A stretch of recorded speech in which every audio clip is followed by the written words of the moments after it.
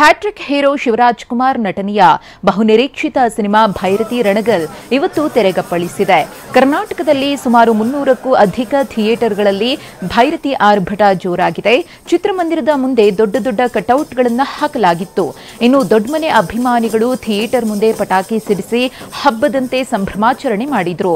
PAN India cinema ಇದಾಗಿದ್ದು ಶಿವಣ್ಣನ ಆಕ್ಟಿಂಗಿಗೆ ಎಲ್ಲರೂ ಫಿದಾ ಆಗಿದ್ದಾರೆ. ಗೀತಾ ಪಿಕ್ಚರ್ ನಿರ್ಮಾಣದಲ್ಲಿ ಸಿನಿಮಾ ಮೂಡಿಬಂದಿದೆ. ಮಫ್ತಿ ಸಿನಿಮಾದ ಸೀಕ್ವೆಲ್ ಇದಾಗಿದ್ದು ನರ್ತನ್ ಆಕ್ಷನ್ ಕಟ್ ಹೇಳಿದ್ದಾರೆ.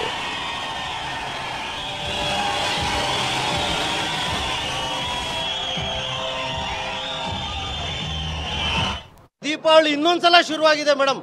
100 ಆಟೋಮ್ ಬಾಂಬು ಒಂದೇ ಸಲ ಬ್ಲಾಸ್ಟ್ ಆದ್ರೆ ಹೆಂಗಿರುತ್ತೆ, ಒಂದು 10 ಲ್ಯಾಂಡ್ ಮೈನಿಂಗ್ ಒಂದೇ ಸಲ ಬ್ಲಾಸ್ಟ್ ಆದ್ರೆ ಹೆಂಗಿರುತ್ತೆ, ಒಂದು 20 ಟಾಟಾ ಸುಮ್ಮಗಳು ಒಂದೇ ಸಲ ಗಾಳಿ ಆಲಿದ್ರೆ ಹೆಂಗಿರುತ್ತೆ, ಆ ರೇಂಜ್ಗೆ ಭೈರತಿ ರಣಗಲ್ ಇದೆ.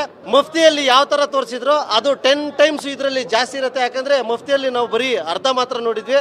ಇದರಲ್ಲಿ ಶಿವಣ್ಣಂದ ವಿಶ್ವರೂಪನ ನೋಡ್ಬೋದು, ಅವ್ರ ಕಣ್ಣಲ್ಲಿ ಒಂದು ಆಕ್ಟಿಂಗ್ ನ ನೋಡ್ಬೋದು. ನಾವು ಒಂದು ಆಕ್ಷನ್ ಅಲ್ಲ, ಇದರಲ್ಲಿ ಒಂದು ಸೆಂಟಿಮೆಂಟ್ ತುಂಬಾ ಚೆನ್ನಾಗಿ ವರ್ಕೌಟ್ ಆಗಿದೆ. ಫಿಲಮ್ ಅಂತೂ ತುಂಬಾ ಚೆನ್ನಾಗಿದೆ. ಆಮೇಲೆ ಮೋರ್ ಓವರ್ ಇದು ಆಕ್ಷನ್ ಅಂತ ಹೇಳ್ಬಿಟ್ಟು ಯಾರೋ ತಿಳ್ಕೊಬೇಡಿ, ಇದು ತುಂಬಾ ಫ್ಯಾಮಿಲಿ ಎಂಟರ್ಟೈನ್ಮೆಂಟ್.